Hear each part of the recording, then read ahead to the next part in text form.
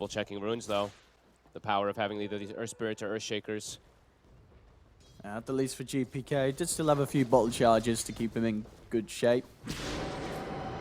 That always kind of feels good too, you know, like, oh, as we say it though, GPK. And he's got no points yet in the blink, but he's going to go down. First blood for Lal. Very, very nicely done. I mean, as you say, from Roger coming across, making sure that not only that no water runes were going to fall into the hands of GPK, but that he was also able to contribute for that attempt at first blood.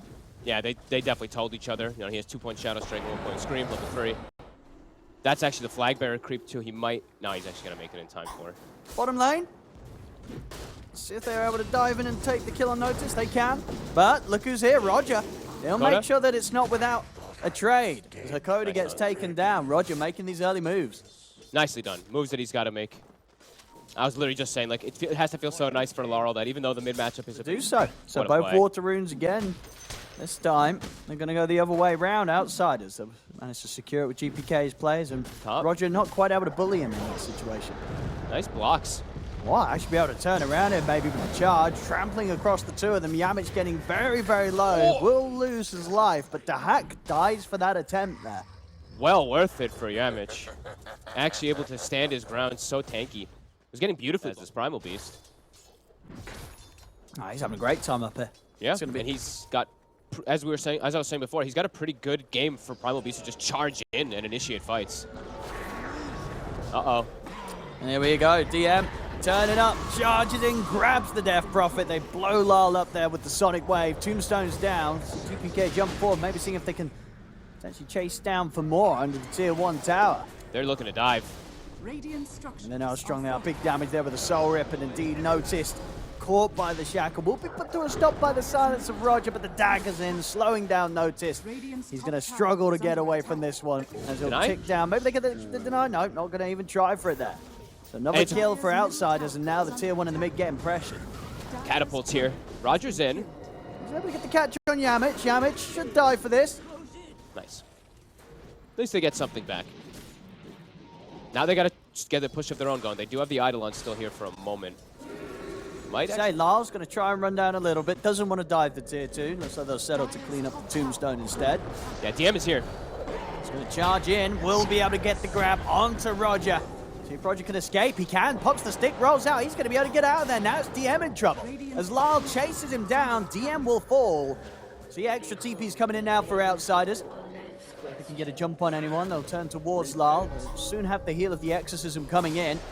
Continue to spam out the daggers in an attempt to slow them down, but they'll end up losing Hakoda here into the Midnight Pulse. Roll forward. They're closing the gap onto GPK. Silence will come to an end, but he's been rooted. He'll turn around. But hey, if he just wants the straight counter PA. I think he can do it. He's got a Chen right. He's going to have the buffs, the heals. He's going to be backed up. We'll see GPK. Oh, my goodness, jumps in there. Nearly gets caught by the roll. Turns over towards Lal. Lal, of course, has the Aegis, so doesn't mind dying to once. Serpent Wards will be dropped in an attempt to kill him off once. He's still alive here, surprisingly, in the middle of the wards. Finally dies. Yamich in return will lose his life, and BetBoom already. They're cleaning up the Serpent Wards. DM's going to try and charge in here with the BKB. Looks to get the grab onto Lal. Lal gets smashed down. They take out the Death Prophet. They'll find Snako in the trees as well. Outsiders finally able to push back against BetBoom's aggression. Ooh. And some overconfidence. Laurel actually popped the Exorcism when he came back up and just... You're on a 4-second cooldown. It lasts for 15 seconds. Because you got to remember, right? Every time you reapply the dagger... It explodes. It explodes. So you put this on them, and then suddenly for the next 15 seconds, they've got to be very careful about pushing in unless they're able to dispel the dagger. Yeah, he gets caught outside of the base. He's going to drop the Tombstone. DM's going to try and back him up. He's in with the grab. Jump off from Ramses. It's a pretty good angle to get the cleave off too as they take out Chen. The GPK looks to continue to commit for Notice. BKB from Ramses. He's in. Takes down the Enigma. But he's been rooted. Dahak's on top of him. Ramses goes down. Dahak. He's ready to clean up. He's taken out a couple turns over towards Hakoda. It's Lal getting the bounty of the kills as it's a triple for him.